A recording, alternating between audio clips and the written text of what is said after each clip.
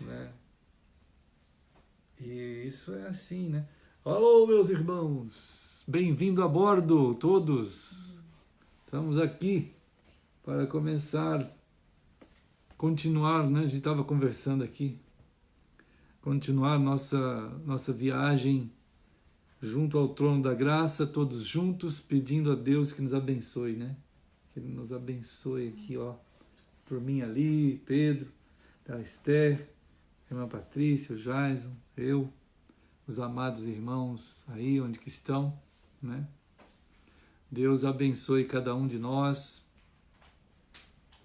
a estarmos juntos nessa jornada, né? Nessa viagem que pela misericórdia, pela graça de Deus, Ele nos permite andar, né?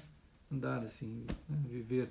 Saudamos todos os irmãos queridos, nós todos que estamos nesse momento, a irmã Roseleia ali, a Maria, Helena, né? E todos os irmãos em tantos lugares. Nós aqui na casa do irmão Jaison, deixa eu dar um oi aqui, né? Opa!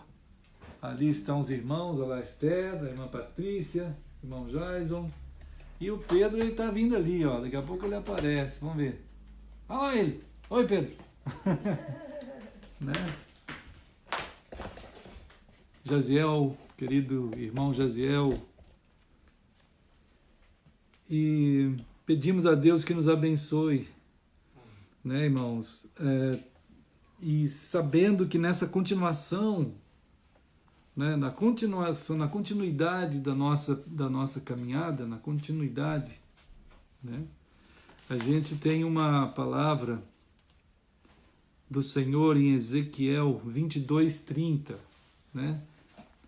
Olá, irmão Sérgio, queridos irmãos, todos que estão acessando aí, Inocência, cada um em cada cidade, cada lugar.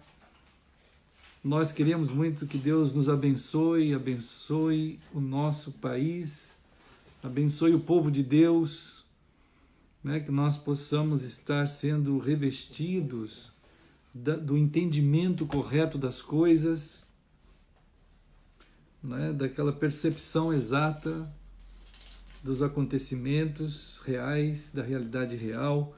Então Ezequiel é um dos homens de Deus que o Senhor chamou, né, para trazer as mensagens, a palavra, né? Olá, queridos irmãos. Tem ali também, estou vendo a Driele, Rosilei, né? Já estão aí junto com a gente nessa jornada, né? Todos nós. Então, Ezequiel no 22:30, Ezequiel 22:30 é uma revelação, e até hoje tinha o irmão Mateus também, irmão Mateus, ele estava falando, né, conversando assim sobre, olha pastor, eu estou muito preocupado com as urnas, né, com as urnas, o que eles vão fazer com a gente nesse momento, né, da história do Brasil, né?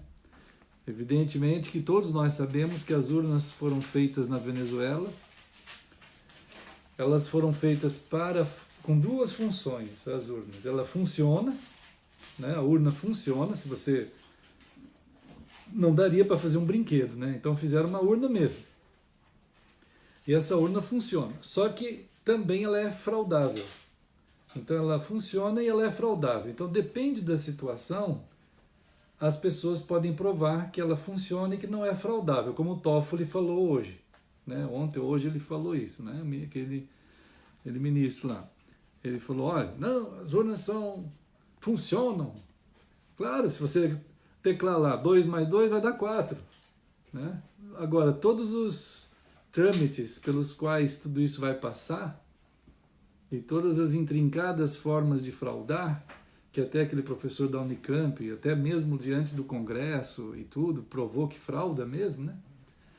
Então é fraudável, né? Isso aí ocupa os espaços dos interesses desses grupos terroristas, né? Que estão aí atuando no Brasil em forma de partido político.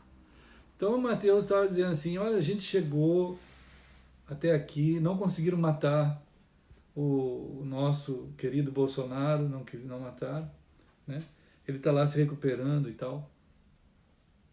Então estava dizendo assim, Mateus, o problema todo também agora é assim, tudo isso é verdade, a urna é frágil, é uma coisa fraudável, mas aqui em Ezequiel, irmãos, a coisa toda vai para a Bíblia porque nós estamos numa situação que requer profundidade, viu, irmãos? Requer profundidade todo o estado que a gente está, né?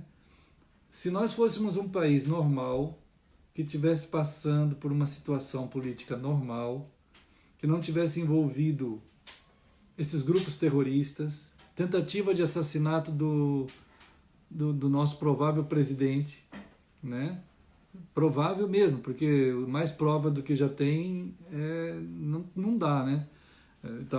Então, não tivesse envolvido o Foro de São Paulo, né, irmãos? Todo mundo tem que saber, né? Foro de São Paulo, os documentos dentro do PT, lá do site do PT, que são documentos réu confesso, né? É um réu confesso, eles estão dizendo, não, nós vamos fazer isso mesmo, nós vamos tomar o poder, nós vamos tirar à força quem se opor, documento dentro do site do PT, né? Então, do Foro de São Paulo é a mesma coisa, os documentos estão lá.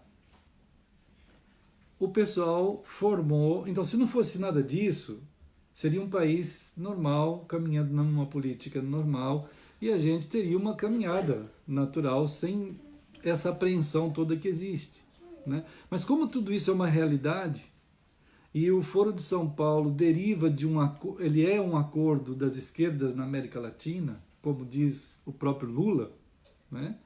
Ao fundar o Foro de São Paulo, os depoimentos do Lula estão no YouTube, ele dizendo desse momento da fundação do Foro de São Paulo e tal, em 1990, no Hotel Danúbio em São Paulo, né?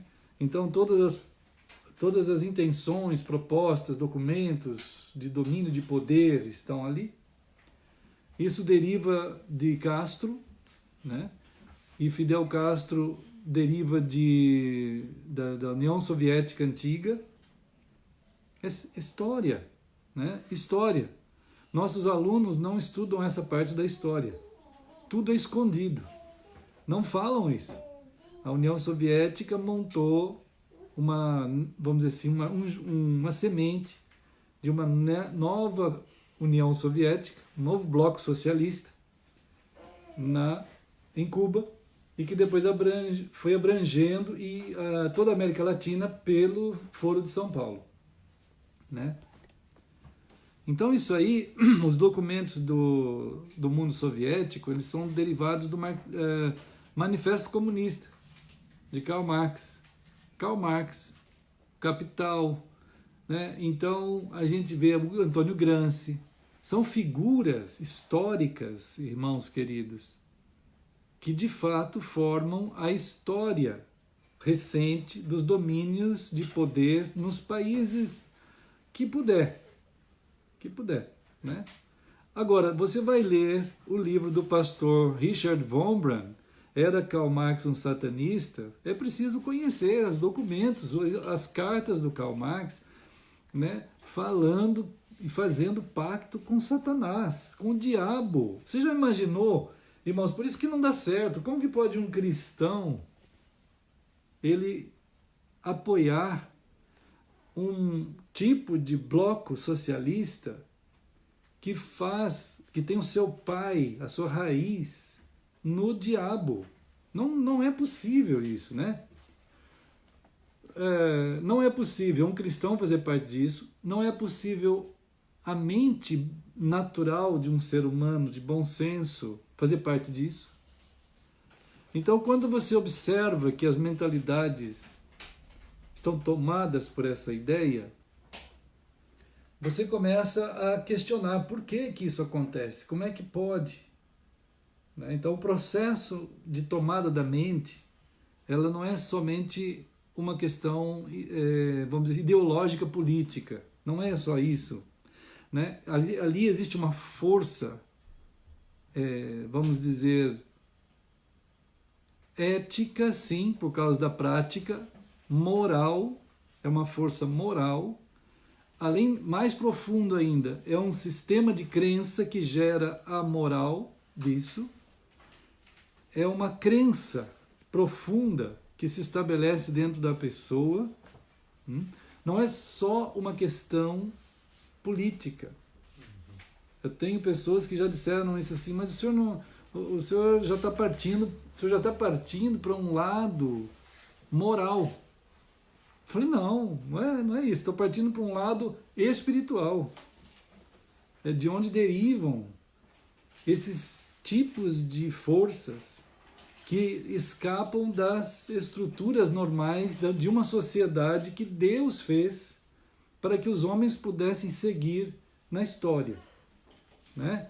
Então, é claro que a maior parte das épocas da história humana, esses domínios foram acontecendo de forma déspota, sórdida, violenta, maligna, né? E isso é a história humana. Aquilo que Deus fez para acontecer na humanidade, poucas vezes a humanidade sentiu, né? Então, é comum haver uma história paralela à história real dos fatos, verdadeiramente fatos, né? Então, quando a gente tem isso tudo escondido das nossas crianças, das nossas escolas, ninguém tem quase nenhum conhecimento. Aí coloquei outro dia dois sites importantes, né? Aquele site do grupo polonês, que faz as traduções dos documentos do antigo bloco soviético, que estão na Polônia, e faz a tradução dos documentos da KGB, né? De todos aqueles envolvidos no processo de propina e de, vamos assim, suborno, tudo que foi necessário para entrar em Cuba, na América Latina, no Brasil, lá por 1930, até recentemente. Agora não tem mais KGB, mas não tem problema. Irmãos, esse negócio de nome não tem problema. O pessoal muda de nome, né? A turma está fazendo isso agora com os partidos, estão mudando de nome, mas é a mesma turma. São os mesmos, né? Então, mesma coisa que religião. Religião cada dia tem uma nova, mas o bloco, vamos dizer assim, o bloco de fundamentos da religião é todo ele igual sempre, todo errado, né? Todo errado. Então, esse modelo todo, irmãos, ele vem de um acordo do Karl Marx com o diabo. Então, a tentativa agora de roubar, de matar, de destruir, que está sendo explícito, e roubar, matar, destruir, e além disso, mentir, como Jesus disse que esses acordos com o diabo é cheio de mentira, né? João 8,44 e João 10,10 são expressões diretas de Jesus dizendo de sistemas montados sob o poder do diabo.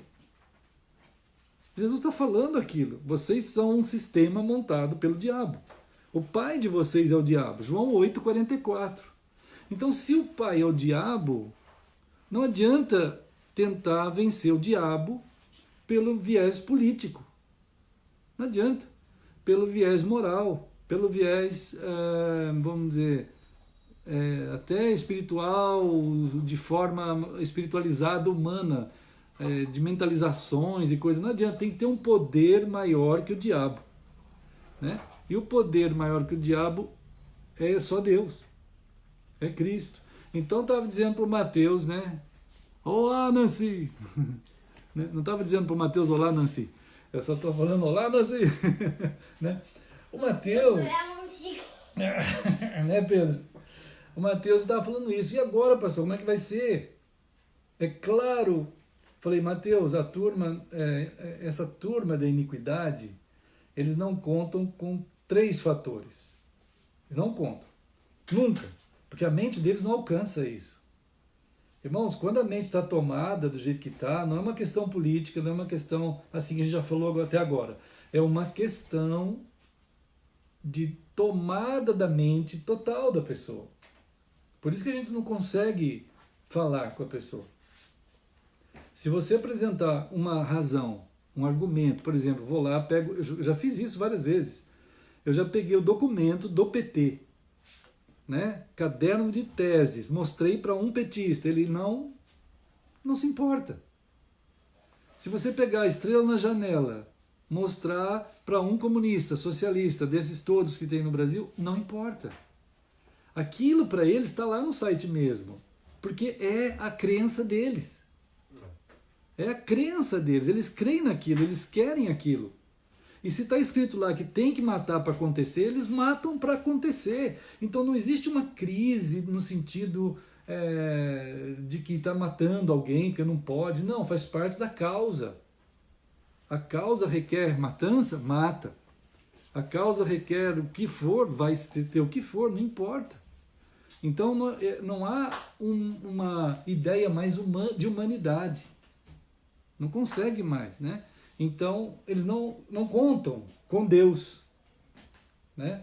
Então, nós estamos lendo aqui Ezequiel, né? Ezequiel 22, 30. Olha só, busquei entre eles. Então é preciso ter essa compreensão, irmãos, dessa dimensão. Se você não souber o teu inimigo real qual que é, você vai ficar vulnerável a ele, pode correr para qualquer lado, você vai ficar vulnerável, né? Então esse é o inimigo, apresentado por Jesus, que tem sistemas montados sobre a estrutura do diabo, né? E aqui em Ezequiel, então, 22:30, ele diz assim, o Senhor, busquei entre eles um homem, tá vendo? Que tapasse o muro, e se colocasse na brecha perante mim a favor desta terra, para que eu não a destruísse, mas não achei ninguém. Então, esse fator, esse povo todo aí não conta, esse povo da malignidade. Eles não contam que haja alguém que vá orar. Não conta com que alguém que vai orar. Não contam com Deus, que julga todas as coisas, como diz aqui, e também o livro de Daniel, né? Tem o livro de Daniel para a gente pensar juntos aqui agora. Vamos ver aqui. Né? Daniel.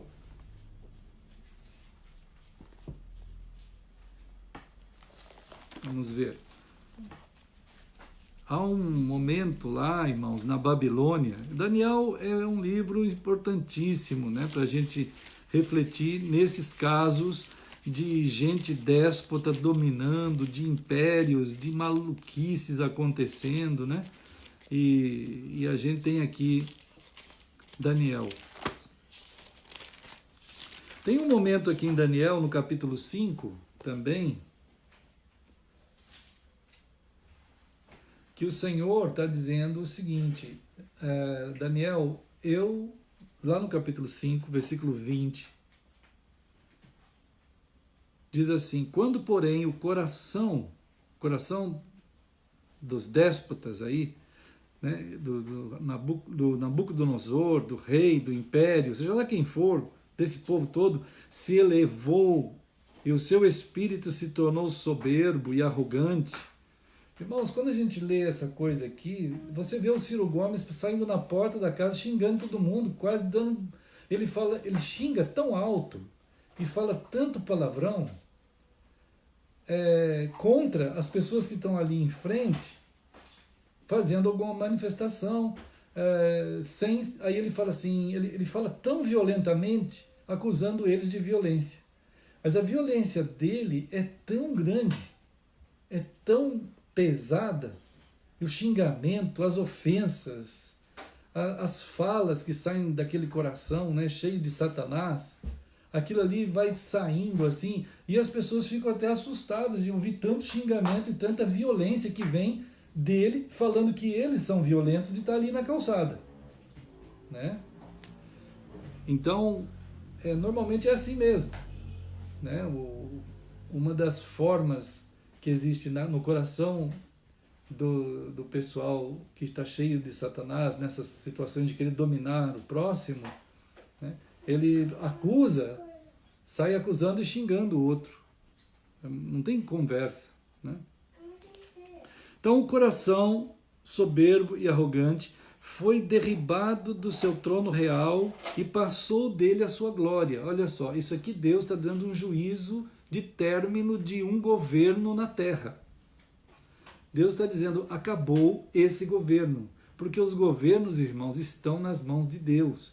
E Ele está determinando o tempo do início e do fim. Né? Não, as pessoas não estão aí agindo. Então eu falei, Mateus, eles não estão agindo soberanamente sobre nós, sobre as urnas, sobre os votos. Eles estão cometendo iniquidade sobre iniquidade. Isso estão. E vão responder perante Deus. Estão. Mas há um momento que essa iniquidade acaba. Porque Deus determina o seu fim. Que é o que está acontecendo no Brasil. A gente vê o término de um fim de algo déspota, sórdido, horrendo, maligno, o socialismo que encampou o Brasil, só que em forma de socialismo, o nome socialismo é recente. Desde o descobrimento a gente nunca teve liberdade, né? Nunca, a gente sempre foi uma terra de sermos dominados por outros. Desde que fomos chamados de Brasil, né? Até hoje. Então, irmãos, aqui no versículo 24, o rei, né? O rei estava lá no palácio dele dando uma festa e apareceu uma mão na parede do palácio. Daniel, capítulo 5. E apareceram umas palavras em hebraico. E essas palavras em hebraico, que é Mene, Tekel, Parsim. E aí ele dá a tradução. Mene é contou Deus o teu reino e acabou. Olha só. Deus estava determinando que o reino tinha acabado. Tekel, o reino acabou porque foi pesado na balança e achado em falta. E agora o teu reino, Pérez, né, o Parsim, dividido foi o teu reino e dado aos medos e persas. Então pronto, acabou, né? E assim realmente acabou esse reino. Então o povo, em geral, tem que saber, e nós, o pessoal que estava dizendo, Mateus, hoje 80% da população brasileira, boa noite, irmãos, boa noite, queridos irmãos, 80% da população brasileira hoje vamos dizer assim, é o Partido Brasil, é o povo que quer ser livre, né? Então, esse povo que quer ser livre é 80%. Desses 80%, 70% é Bolsonaro, né? Então, esse despertamento na nação é outra coisa que essa chamada esquerda não conta. Bom, é só ver os anúncios e os proclamas dos órgãos de mídia que tem aí, né? Você vai ler ou você vai ouvir qualquer notícia em qualquer canal de TV, você vê as pesquisas, né? Não falam nada, é como se eles não vissem isso. Eles estão vendo isso, mas eles não veem isso. Então isso é a cegueira, é como Jesus chama isso existe uma cegueira que impossibilita. Aquela cegueira está na pessoa, está no grupo, está no socialismo estabelecido, que na verdade é um satanismo. Isso é um satanismo, né? Aí as pessoas dizem assim, não, o Bolsonaro é isso, o Bolsonaro é aquilo. Então eles começam a fazer o jogo do ataque, né? Não tem argumento algum. nem para montar uma estrutura sadia deles mesmos. Não conseguem, né? Então é assim que Satanás faz. Ele sai acusando, ele sai, como fez com Jesus, ele vai agir na mente dos fariseus e na mente dos saduceus. No caso, domingo a gente estava falando daquele homem dentro da sinagoga, que eles viram algo maravilhoso. O homem tinha aquela mão totalmente sem nada, era seca, nem sei como que era isso, né? Era a mão ressequida, que diz na Escritura, que ele não tinha carne.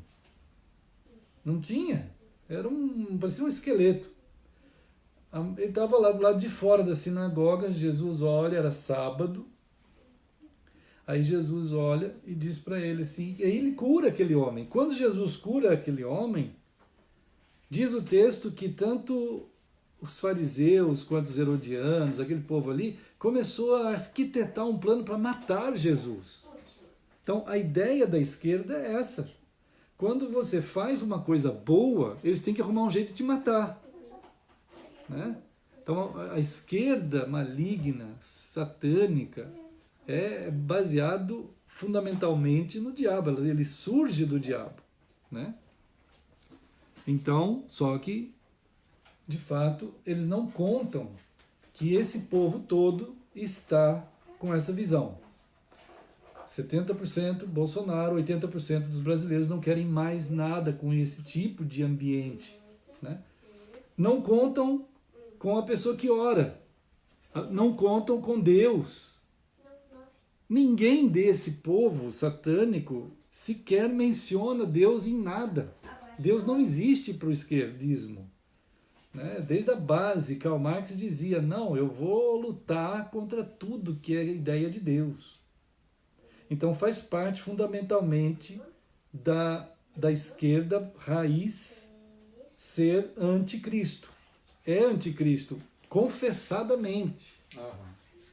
Né, irmãos? Então a gente vê assim, cristãos às vezes, né, que acabaram lá para frente, porque o esquerdismo, a malignidade, ele trabalha com a mentira. Então ele muda as suas fachadas para enganar o maior número de gente possível. Né? Então hoje no Brasil, a gente não tem outra opção, quer dizer, ou você tem um caminho de não ser dominado pelos satanismos, esse satanismo todo, ou você tem o Bolsonaro, que apareceu, que representa a multidão de brasileiros que não quer mais ser preso. Agora, a multidão de brasileiros ainda nem sabe dessa profundidade que a gente está falando aqui. Eles não sabem. Eles não têm noção do fundamento das raízes soviéticas disso, marxistas de tudo isso, assassinas, né? Outro dia mandei documentos aí, porque os irmãos, claro, a mentalidade de uma pessoa sadia, se eu ouvir falar que o socialismo no século XX e XXI já matou quase 200 milhões de pessoas, a pessoa não é possível, isso é uma coisa, é invenção, né? Então a hediondez é tamanha que a mente normal não alcança.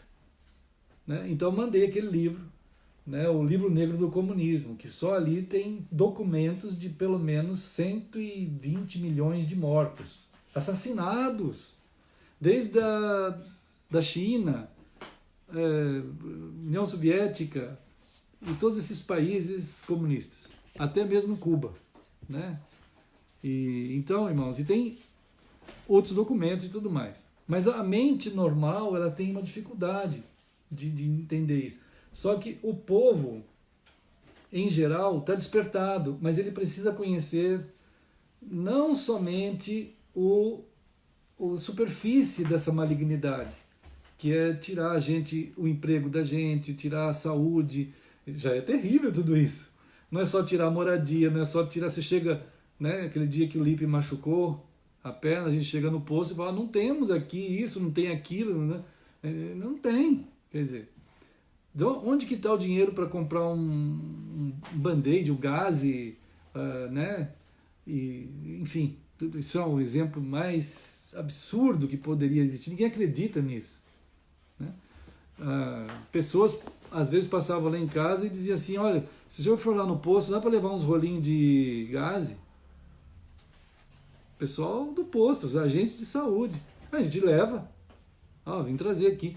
Mas o que acontece? Onde que estão esses recursos, né? Bom, então o pessoal, esse pessoal todo, os brasileiros, estão precisando saber a profundidade das coisas, né? É a história real, né? E é dentro dessa história real que Daniel estava dentro, que Ezequiel estava dentro, né? E que Deus está agindo como um soberano e dizendo: acabou esse reino, né? O povo se levantou. E outra coisa, o povo que ora, irmãos, o povo que ora, aí vai diminuir muito o número de gente também, né? Porque aí a gente vai chegar em Apocalipse, que é o nosso texto, né, meio que dos últimos tempinhos. Apocalipse no capítulo 5. Bom, antes de ler Apocalipse, vamos ler Salmo 141, que é a introdução a esse texto de Apocalipse 5. Salmo 141 é a introdução àquele texto de Apocalipse 5, 8. Salmo 141, versículo 2. Olha só, irmãos. Esse é outro ponto que a malignidade não conta, né? Então, esse negócio todo que agora é a nossa apreensão, diante do que vem aí, no dia 7 de outubro, né? Dia 7 de outubro, irmãos, né? Até às 17 horas, né? Até às 17 horas. Então, dia 7 de outubro, a gente tem que pensar que nós contamos com Deus, né? Nós contamos, sim, Senhor, nós contamos contigo. Outro dia eu vi um candidato, vamos chamar assim, como dizem os repórteres, candidato.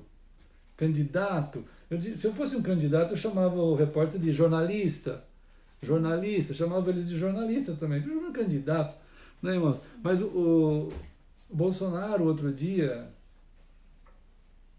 ali na UTI, recuperando, ele faz um depoimento de 20 minutos, não sei quantos viram, 20 minutos, né? Ali, de uma forma impressionante, ele fala assim: eu peguei a Bíblia, e esse versículo passa a ser o meu motivo de campanha de vida. Qual o versículo que ele falou? E conhecereis a verdade, e a verdade vos libertará. Isso daí causa ódio mortal no diabo e nos seus filhos. Claro que vai causar ódio mortal. Ele está elevando cada vez mais e conduzindo cada vez mais tudo o que está acontecendo a uma visão além da própria política, que é verdade isso. Nós temos que ver toda a vida além da própria realidade, vamos dizer, lúdica, que é o mundo material dos acontecimentos. Eles apontam para algo mais elevado e maior que todo mundo não pode perder, né?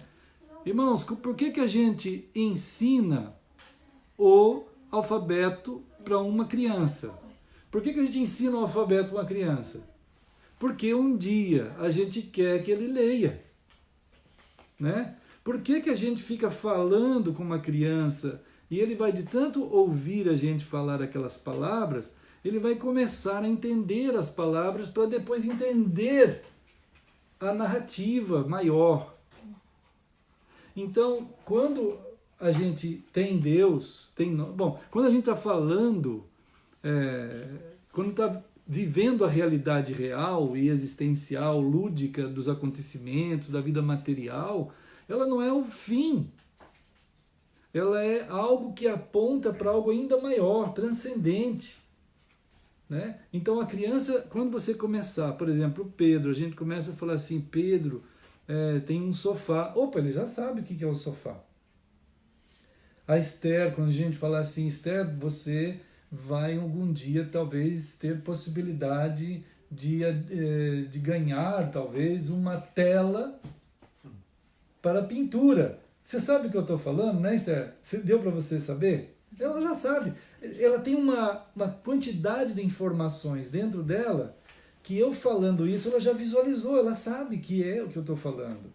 Então, a linguagem, o código da linguagem e da fala, leva para dentro da visão de vida do coração dela aquilo que a gente fala sempre, que a criança tem o assombro, tem o imaginário, tem as percepções profundas. Então, todas essas grandezas são trabalhadas desde pequeno. Deuteronômio 6 fala isso, fala desse cuidado, né? Aí, então, e Deus faz a mesma coisa com a gente. Então, quando as coisas estão acontecendo no nosso ambiente, bendito é aquele que sabe a profundidade das coisas. Mesma coisa se eu falasse aqui para Esther sobre a tela, ela falou, não sei o que é tela. Eu não sei nem o que é isso que você está falando. Não consigo entender nada. Não decodifico nada das palavras. Então, aí a pessoa está numa redução absurda, né? Quase mesmo é o propósito do esquerdismo, reduzir a capacidade de interpretação, de entendimento, para que não possa ver valor naquilo que de fato é valor, mas ele não pode ver. Né? Tem que ser reduzido. A ração. Aí ele vai nesses ônibus aí como militância, ou aquele caso que você falou, eles acabam sendo subornados violentamente, ou até por dar um dinheiro, qualquer coisa. Se é uma pessoa muito simples, qualquer R$150 dá, mas se é um empresário, é 1 milhão, 5 milhões, 100 milhões, 200 milhões, 1 bilhão, né? Como aconteceu com esse comunista que chegou no Guarulhos ontem, né? O vice-presidente da Guiné Equatorial, né? Que é amigão do Lula, desceu lá, veio com um jatinho particular, parou lá, ninguém estava, vamos dizer, vistoriando, porque é uma pessoa, é uma autoridade governamental, mas a Polícia Federal falou, nós vamos vistoriar as malas. Quando abriram 2 malas, tinha 16 milhões de dólares, e mais relógios de ouro, e mais joias, somando tudo, dá 80 milhões de reais. Sabe, é uma fortuna. 80 milhões de reais é uma fortuna. Para onde que ia isso? E isso, evidentemente, o pensamento da gente não é tolo. A gente sabe que o mundo socialista tem uma quantidade de laranjas pelo mundo inteiro, né? E como a coisa aqui fechou a torneira, como algumas autoridades do PT disseram outro dia, não tem mais o que tinha antes, estão começando o laranjal, tem que mandar as laranjas de volta, né? E é o que está acontecendo. Foi pego lá. Né? Tem no tempo de eleições, né? Para as eleições, tem que ter verba, né? Tem que ter propina para pagar aí as coisas. Então, o que ocorre nessa malignidade toda, né, irmãos, é que o pessoal não conta com as orações. Aqui no Salmo 141, 2, ele diz assim, ó, é o início. Suba à tua presença a minha oração como incenso.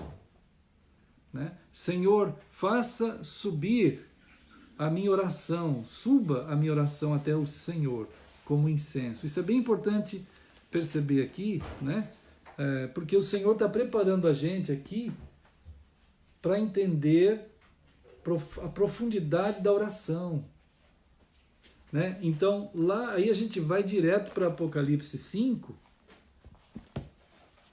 Apocalipse 5, ele diz assim, lá no versículo 8. Os irmãos estão, quem está acompanhando tudo que a gente está pensando nesses tempos, estamos dentro de uma revelação escatológica de Cristo, falando sobre os acontecimentos do último dia. Né? O último dia na Bíblia, irmãos, significa o dia desde que Jesus veio até quando ele voltará. Então esse tempo é chamado na Bíblia de último dia, ou eschaton kairos. Quer dizer, né, é o tempo final que está estabelecido até a vinda de Cristo, é o último dia. Nesse último dia, Apocalipse 1, Jesus diz que tem acontecimentos históricos acontecendo. E nesses acontecimentos históricos estão isso que a gente está falando aqui, né? Manifestações bestiais, conforme Apocalipse 13 apresenta. Então, Apocalipse 1 fala dos acontecimentos históricos, o capítulo 13 fala das bestas que são usadas por Satanás, pelo diabo, são pessoas que vão surgir para trabalhar a mente das pessoas, para rebaixar a capacidade de entendimento, né? Isso é o que está acontecendo. Então, para essas pessoas, a história, irmãos, para essas pessoas todas, a história é só isso. É só o que está acontecendo aqui. É o Lula, é o Bolsonaro, é esse cara lá do aeroporto. É tudo isso, é o Trump. E então tem que vencer e detonar um ou outro, e é essa coisa só, né? Mas isso aí é um lado absolutamente reduzido da percepção histórica, né? Então, quando os profetas o Senhor chamou, é para conduzir a sua palavra até o coração das pessoas, para que eles sejam elevados na visão e percebam a história completa como ela é. Quando Bolsonaro disse assim, e conhecereis a verdade vos libertará, e Deus me chamou, e se Deus quiser que eu continue, se Ele não quiser me levar para o céu, se Ele achar que eu devo continuar, então eu vou continuar em nome dEle, né? E é isso que eu tenho para fazer, e eu vou fazer, né? Então, uma pessoa que tem consciência de um chamado, né, como alguns políticos aqui no tempo da Bíblia, pouquíssimos, alguns tiveram, como José teve no Egito, né? Como a gente tem Davi no meio do povo de Israel, como a gente tem, por exemplo, aquele centurião que era comandante de 100 soldados, ele disse, eu sei de onde vem a autoridade, eu conheço a autoridade, disse o centurião, eu olho para um comandante acima de mim, eu sei que ele é comandante acima de mim, um subordinado, eu sei que ele é um subordinado, eu sei lidar com isso. Quando eu vejo o Senhor, tu tens todo o poder, não precisa nem ir na minha casa, tu podes falar o que quiser, que lá vai haver a cura. Aí Jesus disse assim, eu nunca vi em Israel alguém com tamanha fé, né? Então a realidade, ela está num patamar muito mais elevado do que só o que as pessoas podem ver. Ah, o Lázaro morreu, Jesus falou, não, ele não morreu, aquela coisa, né? Lázaro morreu, João capítulo 11. Então a visão das pessoas, alguns vão só até a morte, né? Então chegou ali foi, enfim, pronto, né? Então é muito pouco.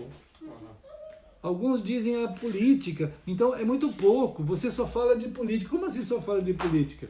Então, se você ler todos os profetas, se alguém tiver algum dia, assim, a curiosidade pelo menos, de ler os chamados profetas menores, não vai aguentar, porque é só política. Todos os profetas chamados menores é só política. Se você enquadrar a palavra de Deus, que está denunciando um déspota no governo, se você enquadrar como política, então você só vai ler política, né? Agora, alguém que tem a visão mais elevada de onde vem toda a autoridade, todo o poder, e que de fato age e reage diante daquilo e diante também das orações que chegam até ele, e já é outro nível, né? Quando as orações chegam até o trono da graça, irmãos, elas chegam em uma condição de uma graça tal, de revestimento nas orações que são elevadas ao Senhor, né? Que ele disse lá para o povo no Egito, o clamor de vocês chegou até mim, o clamor chegou até mim. Agora é muito terrível quando acontece assim, a ausência de percepção da realidade real e a ausência de função de estar na brecha, isto é, orar. Claro que esse mundo satânico, desses satanismos todos, não conta com isso, eles nem vão pensar em oração. Mas tem um homem que disse, eu vou buscar Deus e Ele vai me ajudar. Bom, Bolsonaro disse isso, nós estamos dizendo isso muito antes, mas Deus está chamando a gente para isso, para estar orando. As nossas orações, elas chegam diante de Deus, né? Aqui no capítulo 5 de Apocalipse, irmãos, é claro que o Senhor tem um céu para nós. O fim não é aqui na terra, irmãos. O fim não é aqui na terra. É claro que não. O fim é Cristo. Ele é o princípio, ele é o fim. Então, o lar celestial, o ambiente eterno é maravilhoso. Mas esse tempo, ele faz parte da própria dignidade do ser humano. O tempo faz parte. Deus agraciou, vamos dizer, toda a criação, e a própria realidade de Deus, tudo que foi criado, e a própria realidade de Deus, o Senhor nos fez de uma forma tão digna, que nós temos a dupla cidadania, vamos dizer assim. A gente é pó da terra, feito da mesma matéria de todo o universo, como a gente é feito à imagem e semelhança de Deus. Irmãos, a dignidade é muito grande. Lembra que a palavra dignidade, o peso para, vamos dizer assim, dar certo alguma coisa, para cuidar de toda a criação,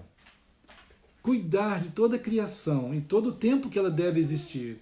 Na verdade, isso foi feito por causa do homem. Isso tudo foi feito por causa do ser humano. O ser humano foi feito por último na criação. E tudo que existe foi feito por causa do homem. Certa vez Jesus perguntou assim, vocês estão achando que o sábado é importante, mas vocês imaginam que o homem foi feito por causa do sábado? Ou o sábado foi feito por causa do homem? É evidente que é isso. O sábado existe por causa do homem. Deus quer que ele tenha a dignidade de descanso e tal e coisa. Então, mas transformar isso em legalismo é perverter as coisas. Então, o ser humano, ele tem uma dignidade tão grande que ele é o peso para que todas essas realidades se contraponham e se equilibrem e aconteçam, existindo em dignidade, conforme Deus tem para orientar a gente a viver, né? Evidente, isso foi perdido no pecado, mas restaurado em Cristo e muito mais ainda restaurado, não somente para essa vida, restaurado, aí que está a percepção da grandeza, da dimensão que sai do lúdico. Tudo que existe é uma sombra do próprio céu. Tudo aquilo que existe aqui, no sentido da beleza, da criação, do Éden, antes do pecado, é uma sombra do céu. Né? O céu não tem mais. A representação do céu hoje são aqueles homens e mulheres e crianças que foram alcançados por Cristo, que é a primeira coisa, vamos dizer assim, o primeiro elemento a ser criado no céu, fomos nós, a população do céu. Fomos criados em Cristo Jesus. É o que diz a Escritura. Então, o povo do céu, lá no céu é o contrário. Ao invés de Deus criar primeiro o ambiente para a gente viver lá, não, primeiro ele criou a gente. Nele, lá na cruz. Da cruz é que saem os salvos. Né? Então, a natureza dos filhos de Deus são aqueles que foram gerados por Cristo. Né? Então, essa grandeza que extrapola todas as capacidades humanas de investigação, né, elas são tocadas pela revelação. Aí a revelação chega até nós, apresenta para nós essas dimensões, primeiro te toma no coração, te forma um filho de Deus, como está em João capítulo 1. Aí então começa uma relação com Deus, irmãos, uma relação que ela se torna em conjugal, em ato conjugal, matrimonial, né?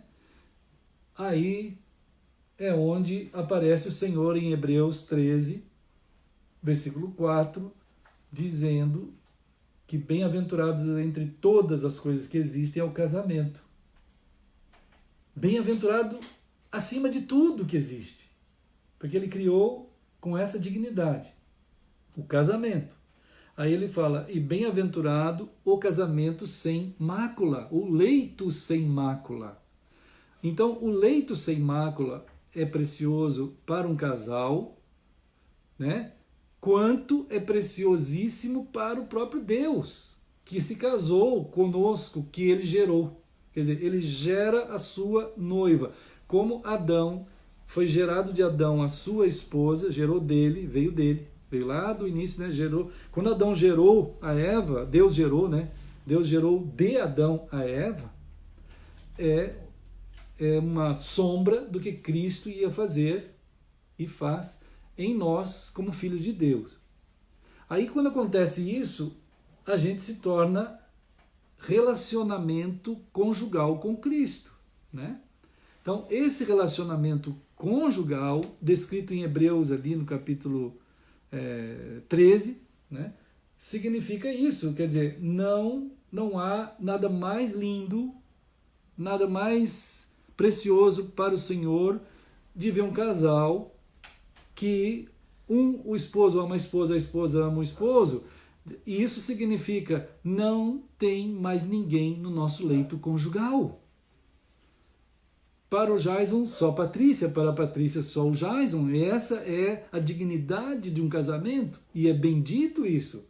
Pode ver, qualquer pessoa que começa a colocar outras coisas no relacionamento, outras pessoas, no sentido assim, conjugal, vai afetar, vai destruir, né? Não dura, é uma iniquidade, é uma mancha, é terrível, né? Então, isso é importante entender, porque esse leito sem mácula, ele estabelece uma relação de grandeza e profundidade tamanha, né? Que por isso que aqui no capítulo 5 de Apocalipse, a gente vê aqueles que oram, quando ele diz assim no versículo 8, vamos ver o 7 e o 8, ó. Veio, pois, e tomou o livro da mão direita daquele que estava sentado no trono. O livro é Cristo, já vimos outro dia, o livro é Jesus, né? Está na mão direita de Deus, né? O livro está na mão direita de Deus, que é Cristo, é uma forma de mostrar Cristo. E quando tomou o livro, os 4 seres viventes, eles se prostraram. O que é isso?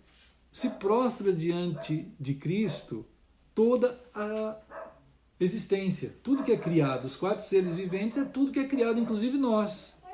Tudo está sujeito a Cristo, né? E também os 24 anciãos. Quer dizer, os 24 anciãos é distinto de toda a criação, tanto das coisas quanto dos homens.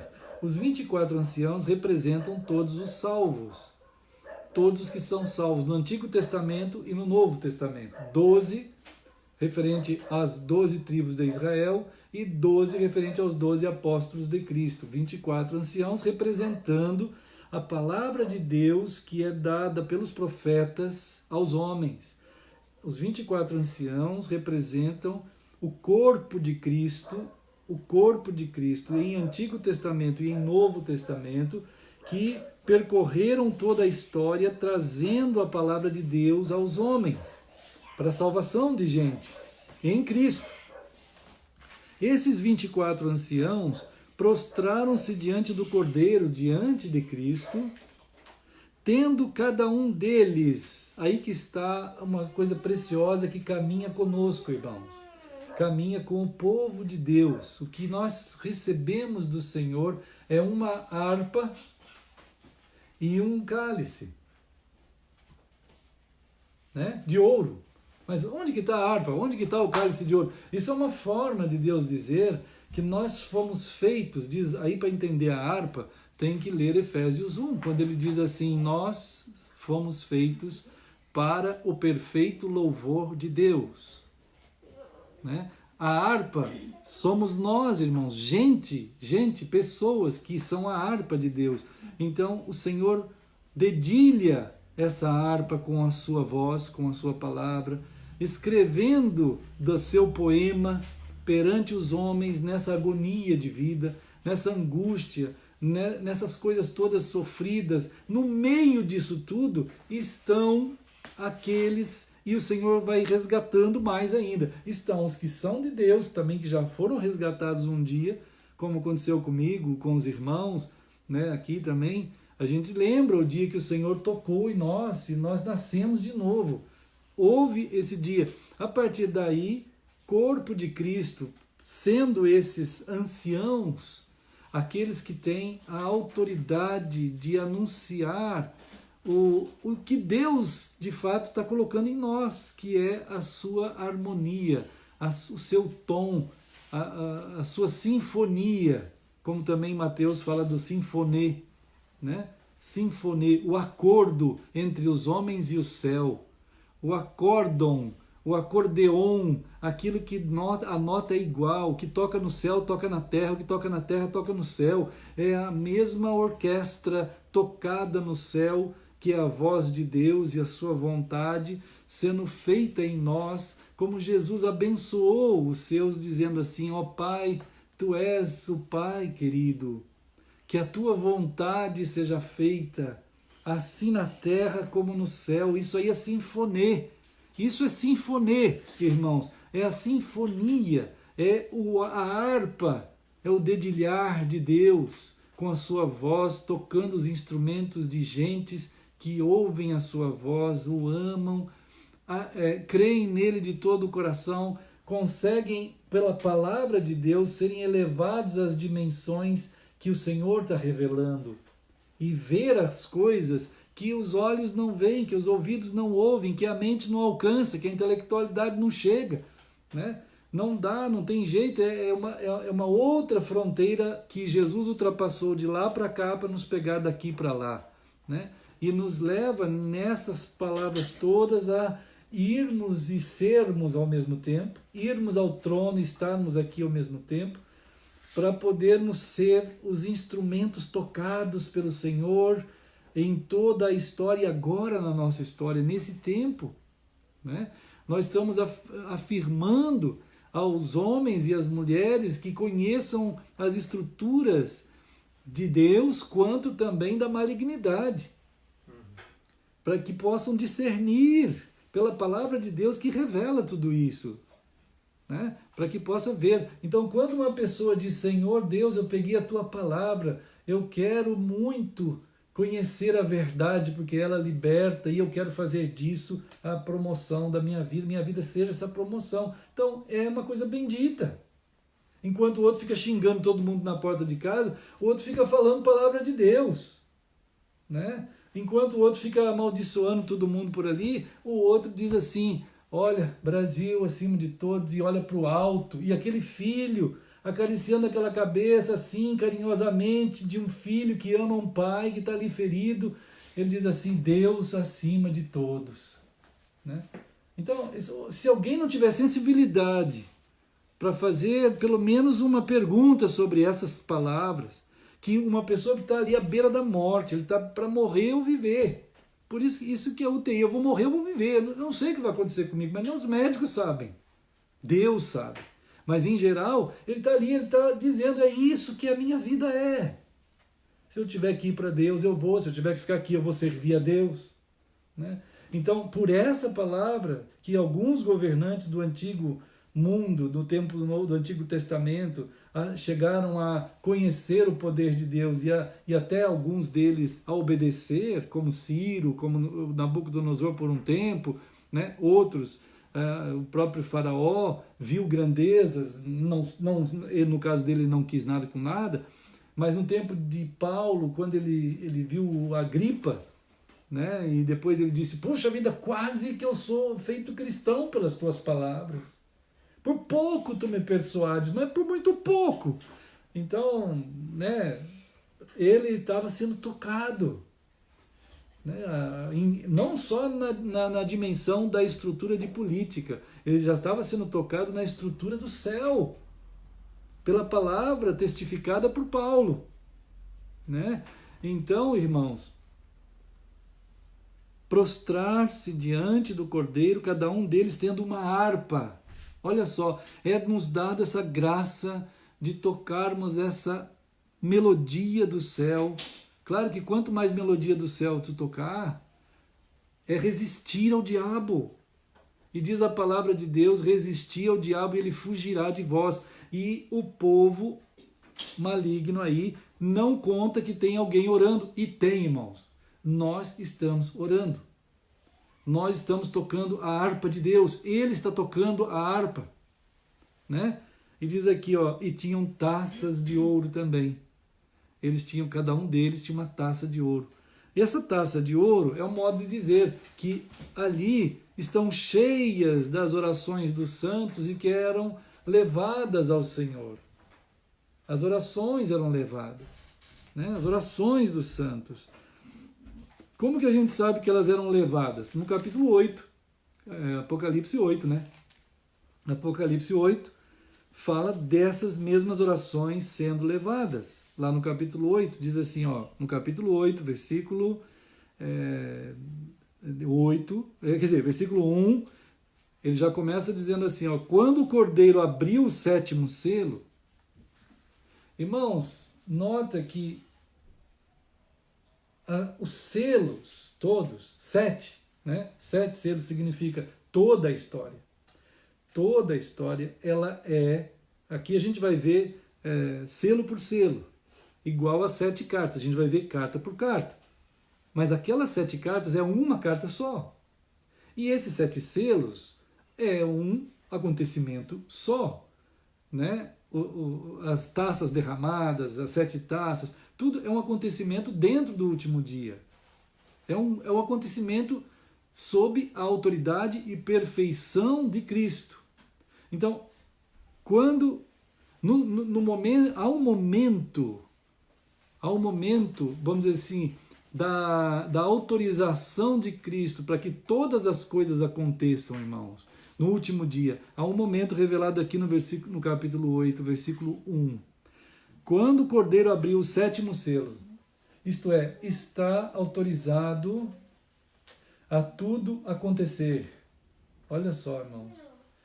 Está autorizado a tudo acontecer, mas antes de acontecer tudo, olha só, e antes de qualquer coisa, houve silêncio no céu por cerca de meia hora. Quer dizer, irmãos, há uma revelação de que há algo solene demais quando, diante de tudo que tem acontecido no céu, há algo extremamente solene, que faz ser solene o céu. Ele está impactado com algo extremamente solene. Quando é que o céu é impactado com algo extremamente solene? A gente, por exemplo, se Deus permitir, nós vamos num casamento da minha sobrinha sábado, né?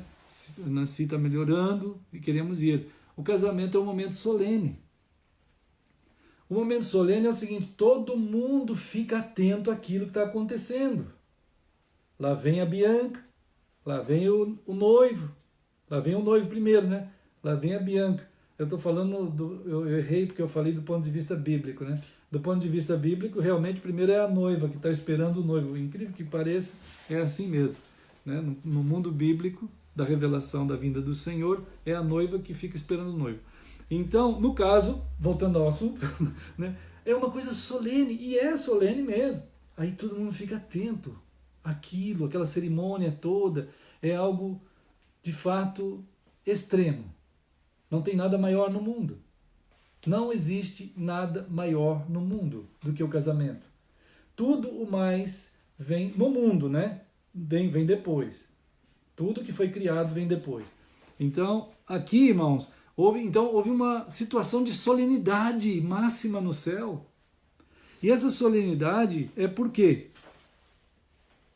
Porque vem o anjo de Deus, no versículo 3, ficou de pé junto ao altar com um incensário de ouro, olha só, aqueles potes de ouro, né? E foi-lhe dado muito incenso para oferecê-lo com as orações de todos os santos, irmãos. Oração. Sobre o altar de ouro que se acha diante do trono. Então, esse momento em que nossa oração é feita, a oração, irmãos, ela é antes de qualquer acontecimento. Ela tem algo escatológico, ela dá o senso escatológico de cada acontecimento. A oração, irmãos, não é essas coisas, que é terrível falar isso, mas hoje em dia transformar a oração em subida em monte, em campanhas, né? Em, legalismos, figuras legalistas de oração, né? Dia de quarta-feira é dia de oração, isso é um absurdo, né, irmãos? É um absurdo.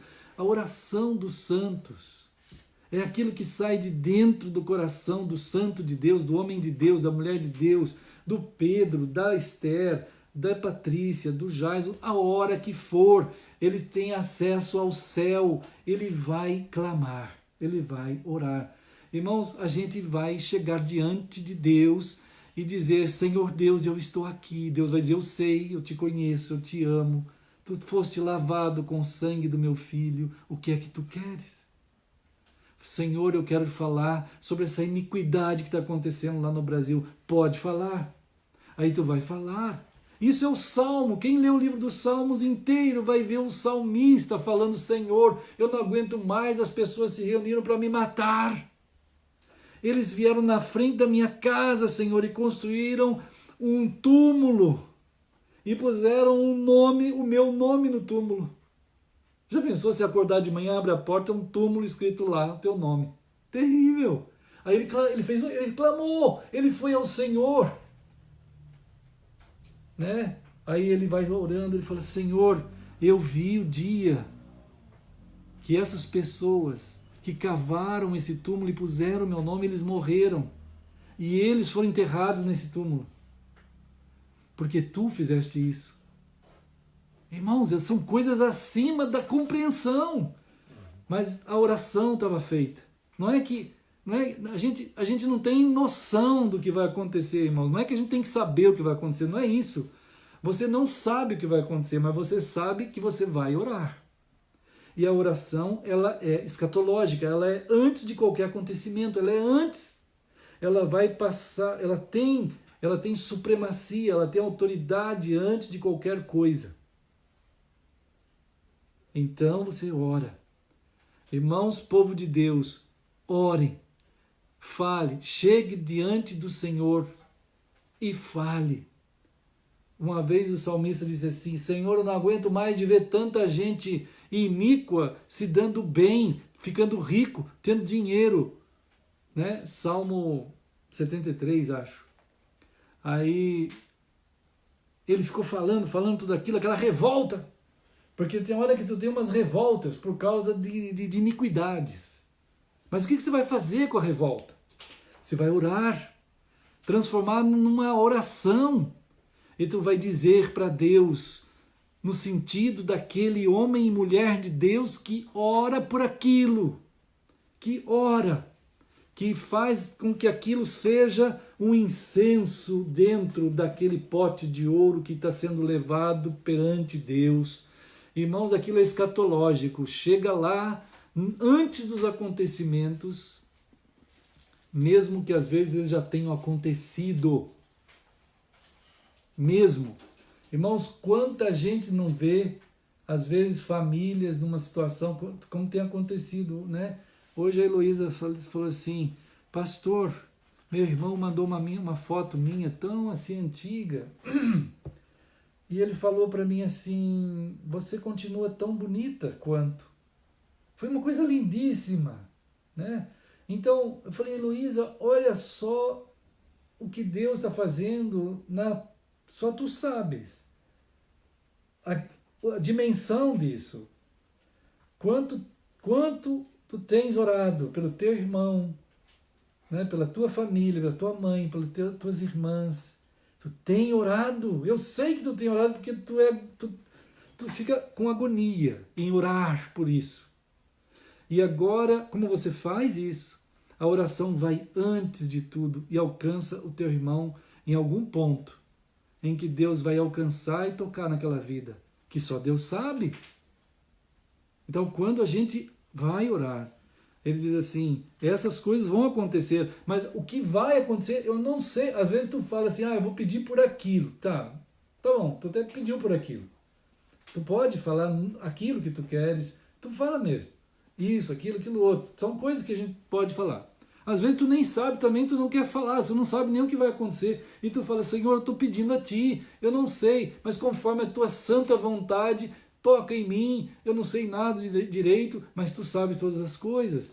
Toma conta disso, Senhor, misericórdia, eu estou aqui intercedendo, para que a maldição não entre aqui nesse país, para que a maldição não tome conta, que essas pessoas que contavam que a multidão não pensasse mais, e por não pensar, quem pensa um pouquinho estava em cima deles, né? Os mais simples, os mais ignorantes eram tomados despotamente pelos sórdidos.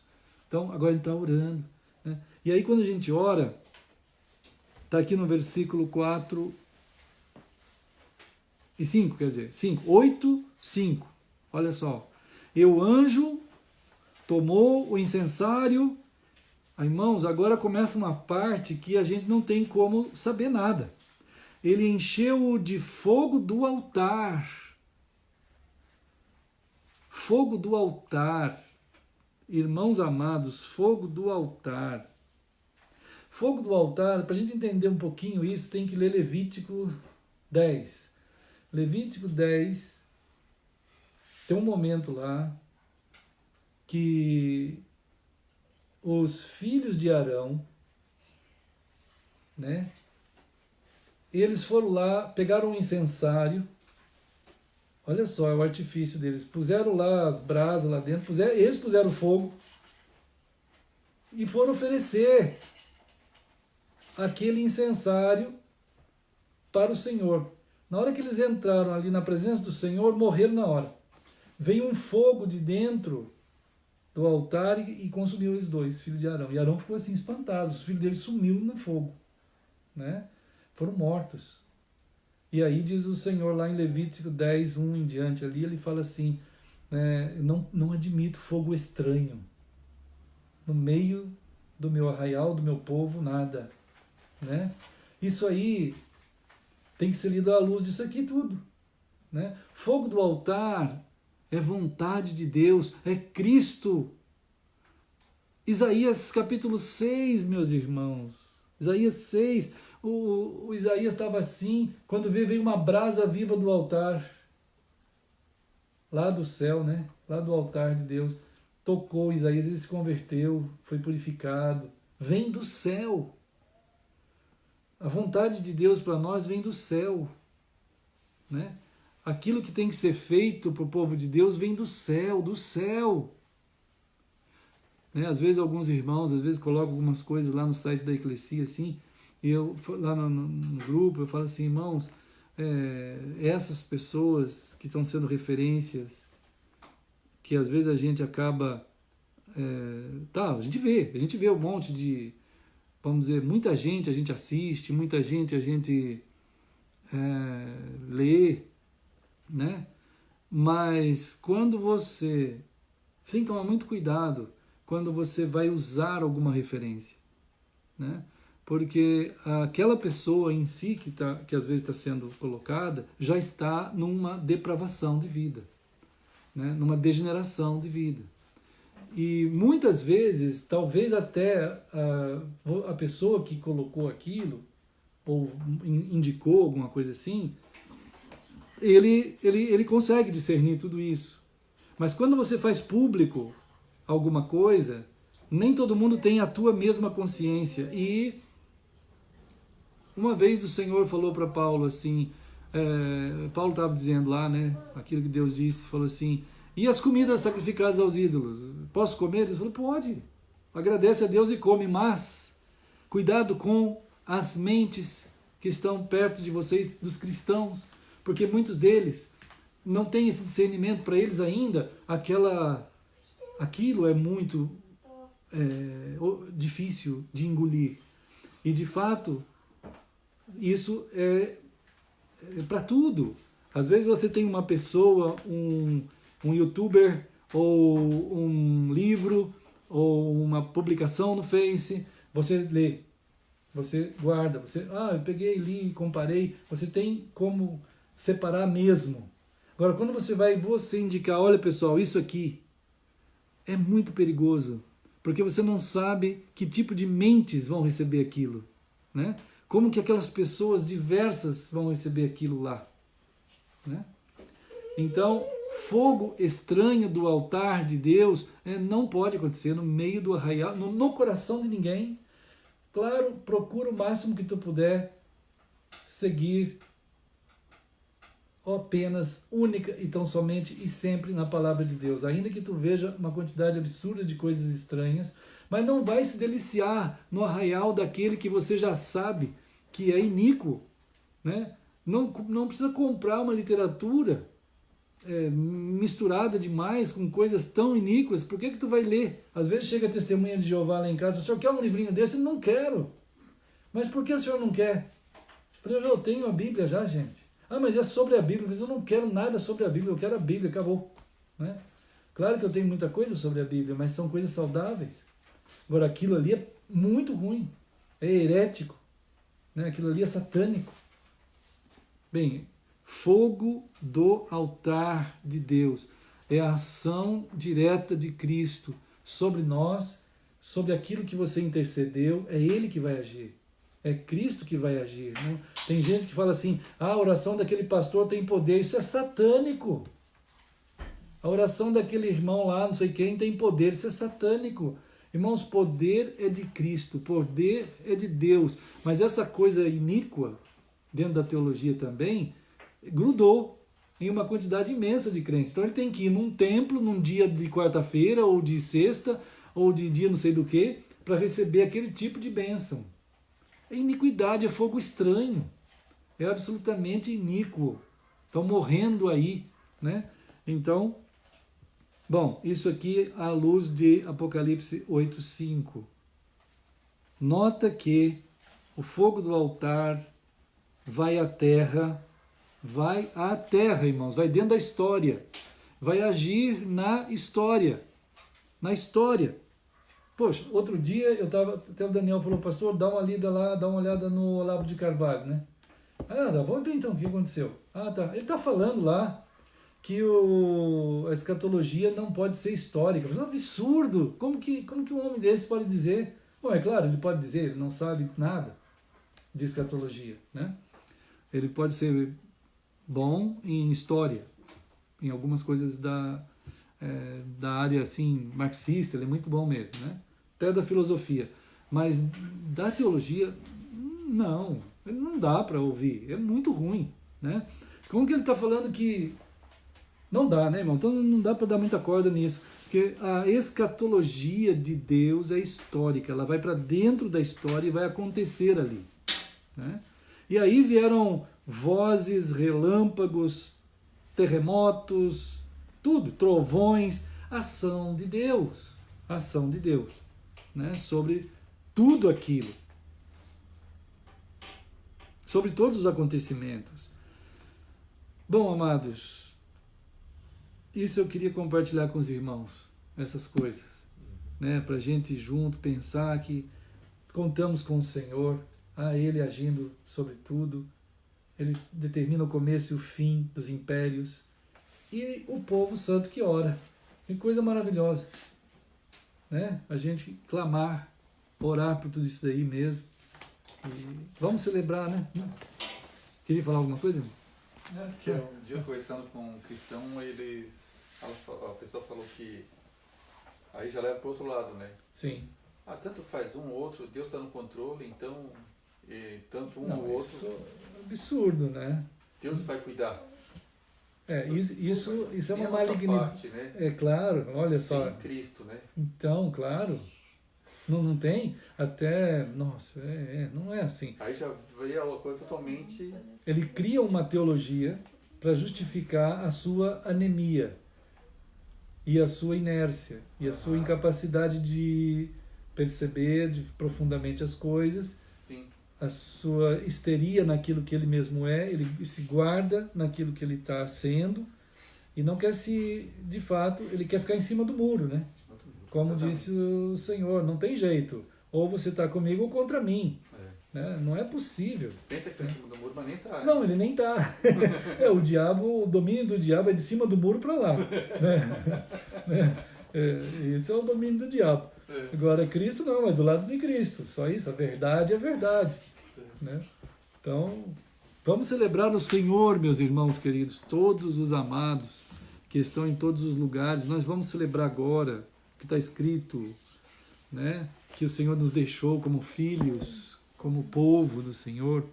Ele falou assim, vocês vão passar por meio de tudo isso, né? Vocês vão passar pelo meio de tudo isso, e no meio de tudo isso vocês vão manter a sua comunhão, a sua relação graciosa, né? com o Senhor e entre nós, povo santo. Está escrito em Mateus 26, né? Que o que nós estamos fazendo é profético, né? Ô, irmão, obrigado. Obrigado. Todos devem pegar o pão, devem pegar o fruto da videira, né, ou o suco da uva, ou o vinho, e que seja vinho bom, viu, irmãos? Vinho bom. A gente fala vinho bom não é porque tem que ser chato, não, mas o vinho bom é aquele que tem que ser plantado nos lugares mais terríveis. Mais terríveis. A terra tem que ser a pior possível. A terra, hein? Bem seca, cheia de pedra, cheia de calcário, cheia de tudo que é ruim.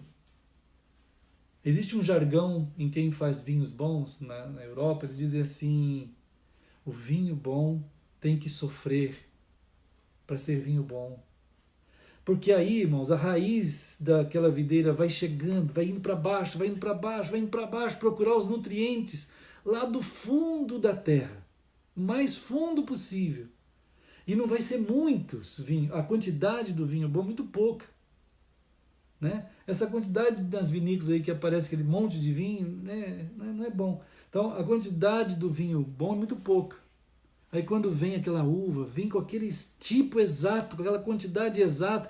Esse é Cristo, a videira verdadeira, que foi com a sua raiz até o céu. Ele sofreu no mundo da terra, no meio de nós, cheio de pecados e de dores. Ele levou sobre ele todas as nossas iniquidades e as nossas lutas e pecados, ele levou sobre si. E lá na cruz ele estava sendo aquela videira verdadeira que estava saindo e preparando o vinho novo, único do tipo. E quando ele brotou na ressurreição com todo aquele vinho, servido a todos nós para a vida eterna que nós bebemos, o seu sangue, o seu corpo nós comemos, né? Então essa vida nós temos, então é preciso ter esses pensamentos, né? Quando Jesus pegou aqui o pão, né, ele está falando, então é isso mesmo, eu entreguei a minha vida por vocês, no meio de toda a tristeza, o sofrimento e a dor, que tu talvez nem saiba a profundidade dessa tristeza que você tem como tristeza, as agonias da morte, as agonias da condenação do inferno, né? Tudo aquilo que você nem sabe e tudo aquilo que tu sabes, eu levei sobre mim e o meu corpo agora levou sobre ele tudo isso, e devolvo a você o meu corpo, que eu faço você do meu corpo, né? Aquele corpo ressuscitado, vivo, eternamente vivo, né? A vida de Cristo. Então aqui está escrito isso em Mateus 26, né? Ele falou assim, peguem o pão então, né? E comam, quer dizer, é simples. Esse pão é pão, vai transformar em corpo. O corpo é nós, o corpo somos nós. O corpo de Cristo é o corpo dele e o nosso. Celebrado agora nessa celebração santíssima. Na simplicidade e singeleza do pão, é um paradoxo, né? É um paradoxo, porque é uma coisa tão simples e singela, e tão profunda ao mesmo tempo, e tão grande como significado, né? E aí ele falou assim, comam, isto é o meu corpo, eu e vós. Né? Então agora vamos comer sabendo isso.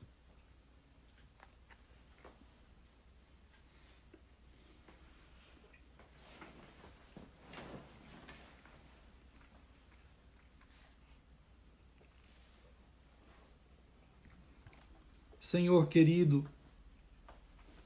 nós estamos juntos diante de Ti, no meio da Tua história, Senhor, passando por tudo aquilo que, autorizado pelo Senhor, deve acontecer. Está acontecendo e já aconteceu. Tu és o Senhor de tudo, Senhor, de toda a história. É na Tua história que estamos e tendo discernimento pela Tua palavra das coisas que devem acontecer. Assim como Teu povo, aqui na casa do Teu servo Jason, da irmã Patrícia, da Esther, do Pedro, irmãos também em Cristo, e junto com todos os Teus filhos, Senhor, que estão em tantos lugares, como diz Paulo em Coríntios 1, 2. Senhor, nós estamos celebrando o nosso amado Senhor e Salvador, videira do céu, aquele que é o vinho novo, que nos deu de si mesmo, para que pudéssemos e tenhamos vida e vida eterna. Celebramos em nome de Jesus. Amém.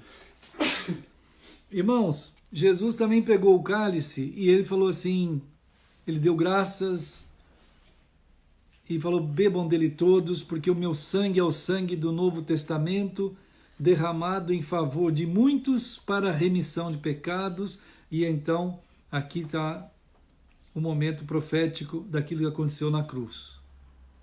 Mas ele também falou assim, o momento profético daquilo que vai acontecer, mas que já é por causa do que Cristo é, mas que vai acontecer na história. E digo-vos que desta hora em diante, todo esse período, né, desse último dia, não beberei deste fruto da videira. Mas até aquele dia em que o hei de beber, mas o vinho novo, que é ele, o vinho novo, que é Jesus, nós vamos estar juntos no céu, assim, ó. Maravilha! Né, Pedro? Sentados lá no Senhor, junto com o Senhor ali, nem imagino, não dá nem para imaginar, mas sei que vai ser, né? E aí nós vamos beber o vinho novo no reino de meu Pai, disse Jesus. E agora a gente está celebrando isso também. Vamos celebrar.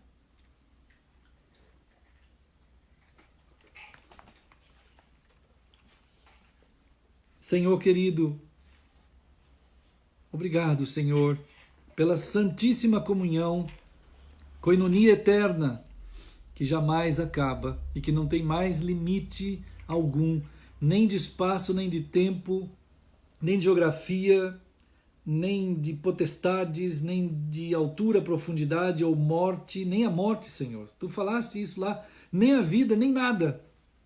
Estamos em Ti, celebrando essa grande dádiva. Precisamos muito de Ti, Senhor. Assim nós oramos em nome de Jesus. Amém. Amém. Pois é, meu amigo. Lá vem o Pedro. Obrigado, meu amigo Pedro. Dando uma força de sempre. Ah, é ele, né? Os Pedros dos seus sapateados. Irmãos, o Pedro está dando uma força, como sempre. Aí, obrigado, viu, Pedro? Tchau, turma. Irmã Patrícia. Tchau, irmã Esther. Acho que tem uns corações ali, não vi? Parece que vi, não vi? Não sei. Irmão Jason, Deus abençoe também. Até mais, né? Se Deus quiser, estamos aí, sempre juntos. Tem nos abençoado. Deixa eu ver aqui. Amém! Olha lá, corações agora. Ah, corações, maravilha. Que bênção. Né, irmãos? Corações para a turma lá. Faz também corações, Pedro. Faz assim. Corações! Ah, maravilha! Ei, meus irmãos, Deus abençoe todos. Vamos ficar firmes na graça do Senhor, todos nós. Deus guarde, irmãos queridos. Que bênção estarmos juntos, né? Em nome de Jesus. Vamos seguindo firmes. Deus abençoe. Ósculo Santo, em nome de Jesus para todos. Muito grato por termos ter vocês todos a bordo por esses tempinhos. Tchau, queridos. Deus abençoe.